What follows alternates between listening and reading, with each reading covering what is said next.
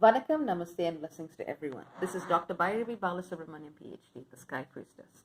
Today's video is also going to be about the intersection of spirituality and politics and how we see a lot of distortion between the two, especially in the way spirituality is being reinterpreted as part of the New Age movement. It's not just the New Age movement. There are other spaces in which this is being done, but this is one of the focal points. That doesn't mean to say that no one has benefited from this at all and that everyone in it is an idiot. No, it just means that there are some serious issues that we need to be asking ourselves as we engage with today's understanding of spirituality from a human perspective. And know that the moment we talk about the words human and understanding in the same sentence in spirituality, it's going to be partial, it's going to be subjective, and it's not going to be comprehensive.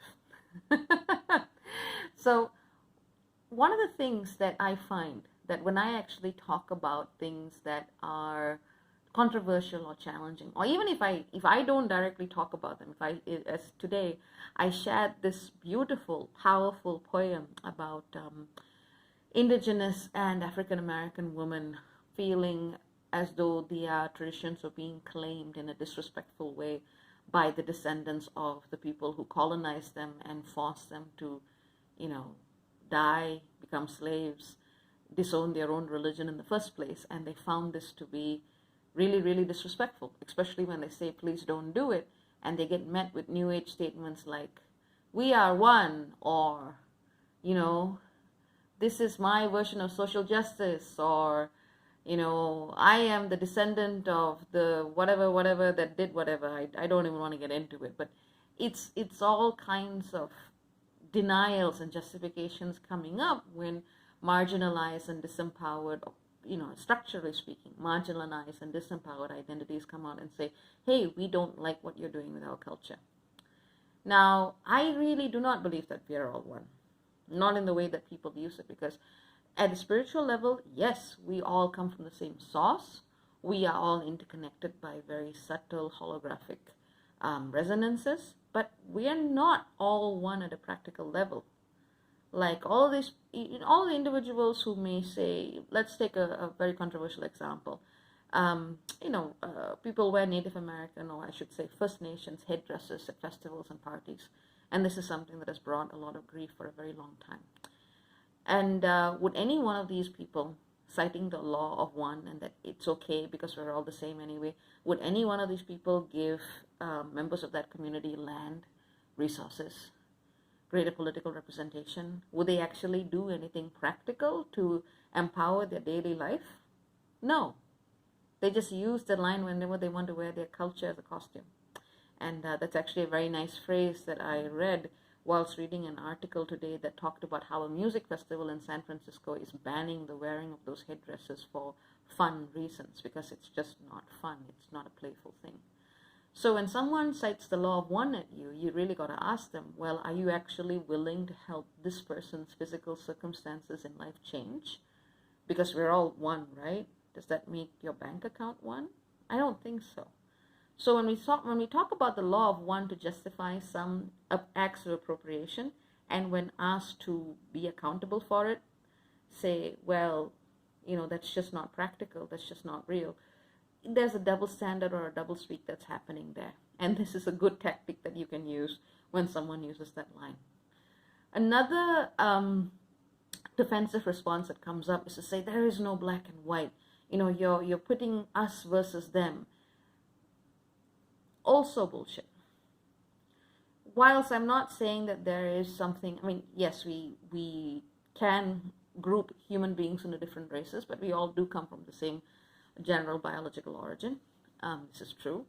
But at the same time, there is still a different experience of the lived realities of black versus white. Let's just take the example of the US, where a black individual has to actually fear literally dying or having someone call the police on them. Or both, just, going home, entering their own house, or going to Starbucks, or, just the simple, basic, everyday facts of life. It's not to say that a white person has absolutely no security issues. Let's not even get into gun violence in schools. But they don't have exactly that kind of experience, because people aren't looking at their race and making very entrenched assumptions about their skin. So no, black and white may not exist in, if you're talking about an abstract idea of everyone coming from a common origin, yes, it's true. But in a lived reality, a person with a black body and a person with a white body still inhabit almost different worlds, and trying to erase that difference by using spiritual platitudes kind of shows how exclusionary and privileged the person trying to do the erasing is. And when you call them out on it, it gets ugly. But that's where we really need to look at whether we're using spirituality as a reason to bury our heads in the ground, take what we want from other cultures, and don't feel the need to give back or to support those indigenous cultures in the first place. This is where those real questions need to be met. Is spirituality just another extension of old rhetoric of domination that is being used now to still oppress marginalized people and communities? Now, I had this discussion on sovereignty, which really, really, really bugged a lot of people not too long ago. And as I was thinking about it, I suggested autonomy as a very powerful alternative that would sidestep a lot of the issues with the term. But even when we think about the way the term sovereignty is used, we can actually see it. And many of the spiritual terminologies we see in the New Age movement, as articulated in English at the very least, we see many of these rhetorical strategies actually reminiscent of state and church. They're using the same terms in very similar ways from the very context that they're saying they've transcended and moved away from and then into the New Age. The word sovereign gives you a lot of clues. So, really, are we really just rehashing an old political binary, but dressing it up in the spiritual language of love and light, unity and transcendence? That's the question that I pose. And that's the question that others pose as well. And I know that some people don't like me asking those questions because it makes them feel uncomfortable. But damn it, that's why you need to ask them. Sometimes people can handle this in a civil way, and sometimes, unfortunately, people feel so threatened that they have to shout vitriol at me, which happened today as well, or they have to part ways, which is totally fine. As long as we are adults and we can be respectful, everyone is entitled to their own opinion. But yeah, I got this phenomenal message in my inbox, and let's just say, whilst I didn't have to be abusive about it, I was just kind of like very, very direct in my responses. I got everything accused or thrown at me as an accusation, from narcissism to toxic masculinity to every spiritual catchphrase, buzzword there was. If the kitchen sink was currently being projected on in spirituality, she would have thrown that on me as well. But really, that's just the kind of reactions we get from people who are deeply invested in the rhetoric and the privilege that is holding or giving that rhetoric structure a kind of legitimacy. And whilst I'm not saying we need to celebrate people freaking out that way, we need to recognize that asking these questions is not comfortable. Linking it back with astrology a little bit, well, that's kind of why we've got Pluto and Capricorn. We're looking at all of these power structures and the way they have been in our world for centuries, if not millennia, depending on where you see the starting point is.